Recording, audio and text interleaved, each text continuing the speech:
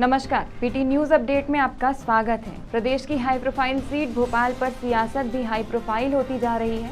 आए दिन अपने बयानों को लेकर सुर्खियों में बनी हुई भाजपा उम्मीदवार साध्वी प्रज्ञा सिंह ठाकुर ने एक चुनावी जनसभा में विवादित बयान दे दिया है, जिसमें उन्होंने अपने प्रतिद्वंदी उम्मीदवार कांग्रेस पार्टी के कद्दावर नेता दिग्विजय सिंह को आतंकी करार दे दिया है। दरअसल सीहोर जिले में आयोजित चुनावी जनसभा को संबोधित करते हुए दिग्विजय सिंह का बिना नाम लिए ही निशाना साधा है और उन्हें आतंकी बताया है। जनसभा में साध्वी ने कहा कि उन्होंने यहां से लोगों का रोजगार छीन लिया है, उन्होंने बेरोजगारी को बढ़ावा दिया है। उनके इस बयान पर कांग्रेस ने कड़ी आपत्ति जताते हुए साध्वी की चुनाव आयोग में शिकायत करने का मन बनाया है। दरअसल साध्वी प्रज्ञा को उम्मीदवार बनाए जाने के बाद से वो हर रोज अपने किसी न किसी बयान को लेकर सुर्खियों में है। वहीं पिछले दिनों दिए गए बयानों से नाराज चुनाव आयोग ने साध्वी के खिलाफ केस दर्ज किया था।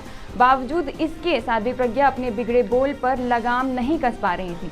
ताज़ा दिए गए बयान में बिना नाम लिए ही उन्होंने दिग्गी पर हमला बोलते हुए कहा कि यहां फैक्ट्री बंद करवाई। उन्होंने गन्ना मिल और तेल मिल समेत कई तरह के कारोबार यहां से खत्म कर गुना ले गए। उन्होंने अपना कारोबार बढ़ाया, यहाँ के लोगों को बेरोजगार कर दिया। इसलिए अब फिर से इस आतंकी का समापन करने के लिए फिर से सन्यासी को खड़ा होना पड़ा है।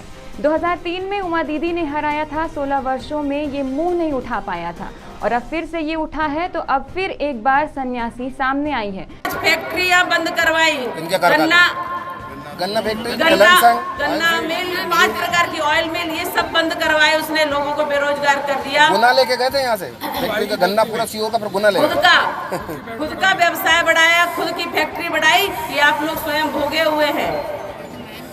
इसलिए अब फिर से ऐसे आतंकी का समापन करने के लिए, फिर से ऐसा बेरोजगारी को बढ़ाने वाले लोगों के लिए एक फिर से सन्यासी को खड़ा होना पड़ा है। उमा दीदी ने हराया था 16 वर्षों पहले, तो 16 वर्ष में ये मुंह उठाने की कोशिश नहीं कर पाया था कि राजनीति करने की कोशिश कर लेता। और अब फिर से जब उगा है तो एक दूसरी सन्यासी सामने आ गई है, जो इसमें इसके कर्मों का ठीक से परिणाम है, प्रत्यक्ष प्रमाण है। तो आजीवन ही नहीं आएगा और अब जब समापन होगा तो फिर कभी उग नहीं पाएगा। इस बयान के सामने आने के बाद कांग्रेस ने आपत्ति जताई है और साध्वी के खिलाफ चुनाव आयोग से शिकायत दर्ज कराने का निर्णय लिया है। इन सबके बीच सबसे अहम सवाल ये है कि क्या भाजपा अपने अभेद्य किले भोपाल को बचाने के लिए किसी भी स्तर पर जा सकती है।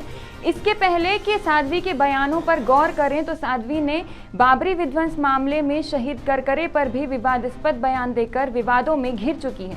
अब देखना यह है कि साध्वी प्रज्ञा द्वारा दिए जा रहे लगातार विवादास्पद बयानों पर चुनाव आयोग क्या निर्णय लेता है और क्या कार्रवाई करता है। इसी तरह की अपडेट्स के लिए बने रहिए विंध्या टाइम्स के साथ। धन्यवाद।